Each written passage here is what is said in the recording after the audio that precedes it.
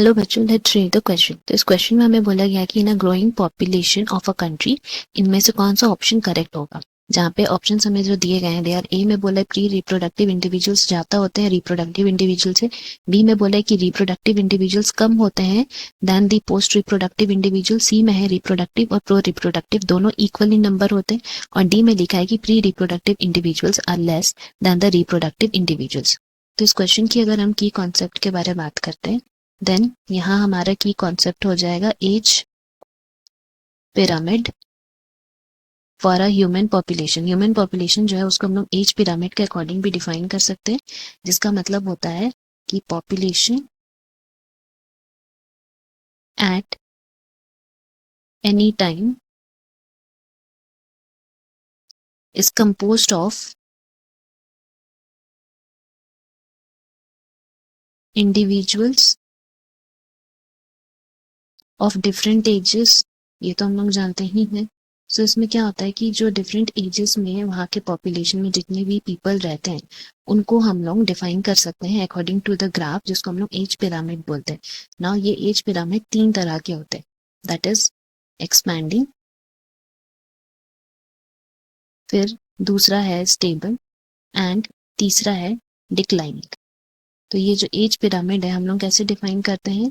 Age pyramid is defined by pre reproductive individuals, फिर हमारे आते हैं उसके ऊपर that is reproductive individuals, and सबसे ऊपर में आते हैं क्या?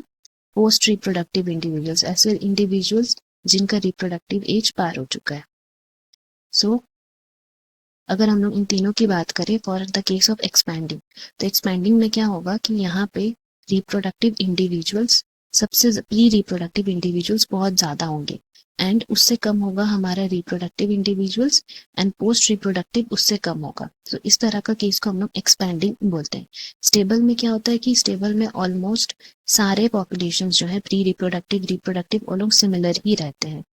तो हम लोग बोल सकते हैं यहाँ पे प्री एंड रिप्रोडक्टिव दोनों सेम ही रहता है, उससे थोड़ा कम रहता है पोस्ट रिप्रोडक्टिव।